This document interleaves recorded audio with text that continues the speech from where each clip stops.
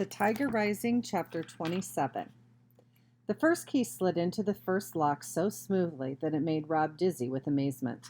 It was going to be so easy to let the tiger go.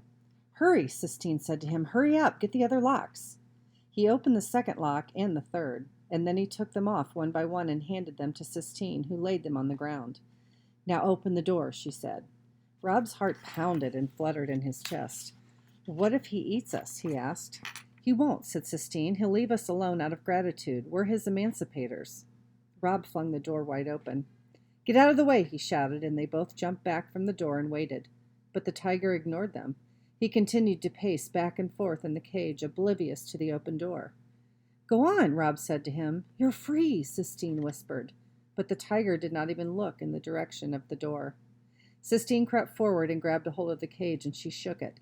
"Get out!" she screamed. "Come on," she said, turning to Rob. Help me get him out."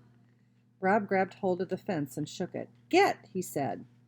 The tiger stopped pacing and turned to stare at them both, clinging like monkeys to the cage.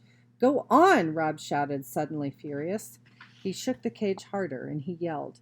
He put his head back and howled, and he saw that the sky above them was thick with clouds, and that made him even angrier.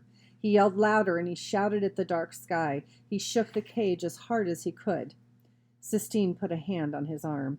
"Shh," she said. "He's leaving. Watch."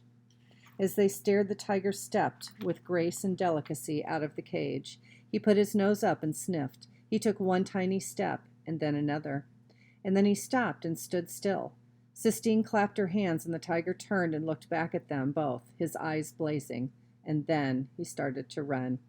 He ran so fast it looked to Rob like he was flying. His muscles moved like a river. It was hard to believe that a cage had ever contained him. It didn't seem possible.